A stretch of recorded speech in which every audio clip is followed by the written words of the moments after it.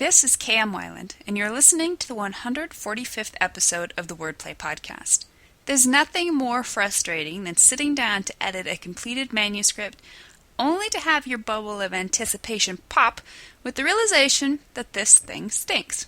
But on the other hand, there's little in this life that's better than sitting down and getting lost in a tale that you just happened to write.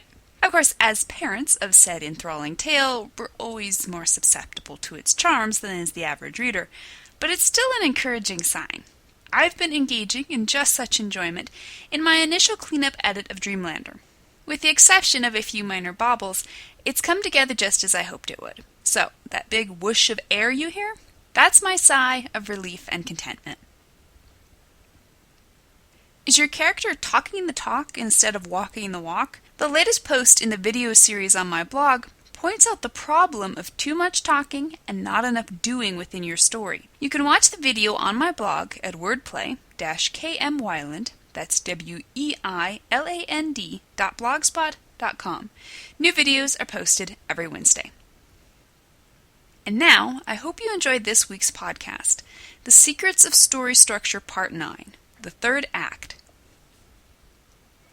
The third act is the moment we've all been waiting for, readers, writers, and characters alike. This final section of the story is the point.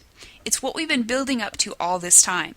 If the first and second acts were engaging in aesthetic labyrinths, the third act is where X marks the spot. We found the treasure, now it's time to start digging. Like all the other acts, the third act opens with a bang, but unlike the other acts, it never lets up. From the 75% mark on, the characters and the readers alike are in for a wild ride. All the threads we've been weaving up to this point must now be artfully tied together. The main character must finally face, and presumably overcome, the antagonistic force by way of first learning from and then overcoming his own internal conflict. By the time the third act is finished, all the salient questions must be answered, the conflict resolved one way or another, and the reader left with a feeling of satisfaction. Because the third act is made up of several important and intricate parts, I'll be splitting it into 3 sections, which we'll discuss in 3 podcasts. Today, let's look at the third act as a whole, and specifically, the plot point that marks its beginning. What is the third act? The third act is a place of no escape for the protagonist. He's been backed up to a wall. He no longer has any options but to face the antagonistic force. All his reactions and actions in the previous acts have led him to a point from which he must face every last one of his weaknesses and mistakes. If he's to triumph, he must allow himself to be broken by them, and then to rise from his ashes with new wisdom and strength. This is do-or-die territory. When he makes his last bid to obtain his story-long goal and his deepest inner need, which may or may not be the same thing, and indeed may even be antithetical, he's putting all his cards on the table. If he doesn't win now, he never will. That, of course, means the odds have to be ratcheted to the breaking point. The third act is all about raising those odds. The third act will begin with another life-changing plot point.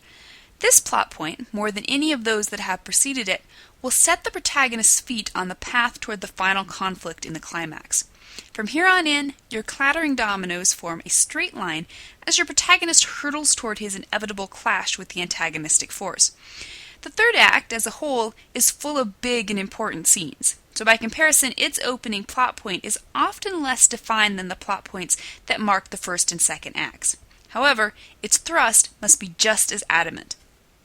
In Christopher Nolan's Batman Begins, the third act is launched when Ra's al Ghul announces his intentions to destroy Gotham, then burns Bruce Wayne's mansion and leaves him for dead. In The Hunger Games by Suzanne Collins, the third act's opening plot point is the announcement that, for the first time in history, 2 contestants can win if they're both from the same district, which then prompts Katniss to find Peeta. In True Grit by Charles Portis, the third act turns around Maddie's discovery of the murderer Tom Chaney and her subsequent capture by Ned Pepper's gang of outlaws. Where does the third act belong? The third act occupies the final third of the book, beginning around or slightly before the 75% mark and continuing until the end. This is a relatively small portion of the book, particularly when you think about all that must be accomplished within it. One of the reasons the third act picks up the pace compared to the previous acts is the simple necessity of cramming in everything that needs to be addressed before the book runs out of time and space. All the characters, and other important playing pieces, a la the Maltese Falcon, must be assembled. Subplots must be satisfactorily tied off. Foreshadowing must be fulfilled. Both the hero and the antagonist, if there is one, must have time to put into play the final aspects of their plans. The hero must face his inner demons and complete his character arc, most likely in concert with the final deciding conflict between the hero and the antagonistic force. And then everything must be tied off in a satisfying denouement. That's a lot to accomplish in a mere 25% of the book, so there's no time to waste. In the third act, we can see one of the primary benefits of structure. For the story to work, all the pieces in the first and second acts must be properly in place to lay the necessary foundation for the finale. Lessons from film and literature. The third act is where the masters rise above the mediocre, and we can see that nowhere more clearly than in the stories that have wowed us with their endings. Our 4 exemplary books and movies definitely qualify. Pride and Prejudice by Jane Austen, first published in 1813. The third act opens with the dramatic discovery of Lydia's elopement with Mr. Wickham. As with the previous major plot points of the 25% and 50% marks, this one is a game changer. The Bennets' lives will never be the same, not only personally with their loss of and worry for their youngest member, but also publicly, since Lydia's scandalous behavior will almost certainly ruin the other sister's ability to marry well. Even more importantly to Lizzie, she fears that Darcy's abrupt behavior toward her after he hears the news is an indication that she's lost, once and for all, any chance she had of regaining his love. As a woman in early 19th century England, Lizzie isn't capable of taking direct action to personally rectify the situation, but she does what she can by immediately leaving Lambton with her aunt and uncle and returning home to her stricken family. It's a Wonderful Life, directed by Frank Capra, first released in 1947. The second act ends with Uncle Billy's losing the building and loans $8,000, and George's frantic attempts to recover it. In most stories, that plot point would be more than dramatic enough to open the third act, but in this classic film, the third act opens with an even stronger change of events. The appearance of the angel Clarence, who is foreshadowed in the opening, and his granting of George's wish to never be born. The third act is made up almost entirely of Clarence's action and George's reactions. The antagonist isn't even present in the unborn sequence that fills up most of the third act, although his presence looms large. The focus here is entirely on George's inner journey and transformation. Ender's Game by Orson Scott Card, first published in 1977. When Ender is forced into the lethal confrontation with Bonzo, he is also forced to the breaking point. The time has come for Ender to leave battle school and step up to command Dragon Army in a larger arena. But after Bonzo's death, the commanders realize they're on the brink of losing the boy they've spent so much time and effort grooming to save the world from the Formic aliens. Ender is given permission to return to Earth to visit his beloved sister Valentine. While there, he must make the decision that will change not only the fate of the world, but also his own life. From the moment he decides to move forward, return to space, and take his promotion, events are sent into the irrevocable spiral that will lead up to the climax.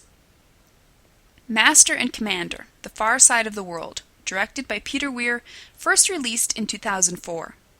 When a convalescent Stephen, set loose upon his long-anticipated and long-delayed Galapagos expedition, accidentally discovers the Acheron at anchor on the far side of the island, the third act launches in a flurry of preparations. Jack formulates his plan to lure the enemy privateer in close enough for the kill, and his crew hurries to get everything ready for the battle we've all known was coming since the very first scene. Takeaway value. As always, our best lessons are those we learn from the execution of great stories. So what can we glean from our chosen books and movies? How do they go about setting up and implementing the lengthy to-do list of the third act? 1. The third act begins around the 75% mark, although this timing is more flexible than it was with the previous acts. Sometimes the third act can begin as early as the 70% mark, although it rarely begins later than the 75% mark. 2. A major plot point marks the end of the second act and the beginning of the third. This may be an utter upheaval of the gains the character thought he made in the second half of the second act, as in Pride and Prejudice, an unexpected event, as in It's a Wonderful Life, a personal decision, as in Ender's Game, or a direct meeting between protagonist and antagonist, as in Master and Commander. 3. From its opening plot point onward, the third act picks up speed and isn't likely to slow down. 4. However, the third act must be thoughtful enough in its first moments to allow all the pieces to either be completely tied off and set out of the way, such as Andor's relationship with his sister, or assembled for the showdown, as in Master and Commander. The third act is where stories are made or ruined. Everything that's come before is important, but this is where the author's mettle is tested. If we can deliver a solid third act, we've accomplished what hundreds of novelists before us, even published ones, have failed to do. This is where writers become authors. Thank you for listening to the Wordplay Podcast. To read a transcript of this episode, visit me on the web at wordplay-kmwyland, that's weiland.blogspot.com, and be sure to listen again next week.